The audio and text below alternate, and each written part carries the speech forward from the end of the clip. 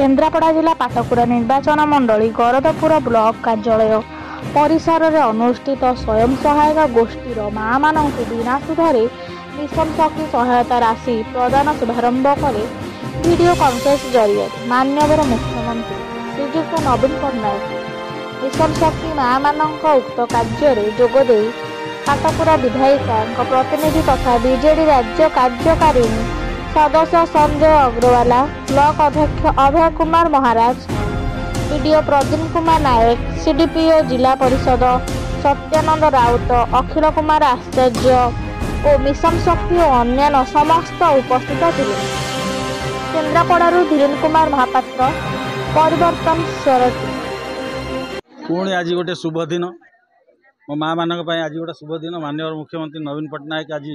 आभासी माध्यम जो ऋण छाड़ कर सुध छाड़ कर विगत दिन जो ऊपर जो सुधर भारटा पड़ा से सुध भारटा आज टंका फेरस्त कर आज आउ गोटे घोषणा 10 लाख टंका पर्यंत 0% इंटरेस्ट से लोन दि जाव पुणी ग्रुप को पुणी आज जो कथाटी आगुरी से माँ मान धार्य करते ड्रेस कोड से आज समस्त को मिशन शक्ति सब माँ मान 1000 टंका लेखाए एवं जो माने ग्रुप लीडर अच्छा ब्लेजर 2000 टंका आज से कथाटा माननीय मुख्यमंत्री लोकार्पण कले आज समग्र ओडिशा एवं गरदपुर ब्लॉक रे भी आज उत्सव मुखर ये आपण मैंने देखिए ये माँ मान उपस्थिति देखिले आपण मैंने भीतर उत्साह देखिले आज समस्त बेस आनंदित होई अछंती एवं सबु बेले से माननीय मुख्यमंत्री प्रति जो विशेष दृष्टि रही से विषय रे आज मध्य से कथाटा को प्रतिपादित कले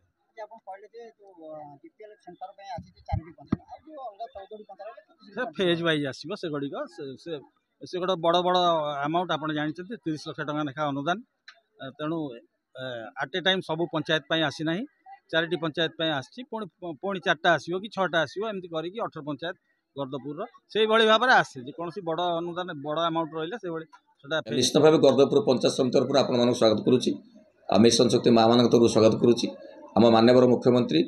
जे कि सब मिशन शक्ति माँ मान प्राधान्य दे आसती 10 लाख पर्यंत जो ऋण देवार व्यवस्था कराइला जो सुध से परिशोध करते से सुध गुड़ाक डायरेक्ट बैंक खाता को पड़ जाऊँगी तेणु बर्तमान आज 50टा डेमो देचु तेणु जो मैंने 10 लाख पर्यंत जो एसएचजी लोन नहीं से सब फेरस्त कराऊँगी आज 11:30 मिनिट माननीय मुख्यमंत्री वीडियो कॉन्फ्रेंस माध्यम उद्घाटन करते संबोधित करते मिशन शक्ति माँ मान आज ब्लॉक परिसर में आम से कार्यक्रम को 12टा पर आरंभ करूँ समस्त मिशन शक्ति माँ मैंने उपस्थित थे। आज जो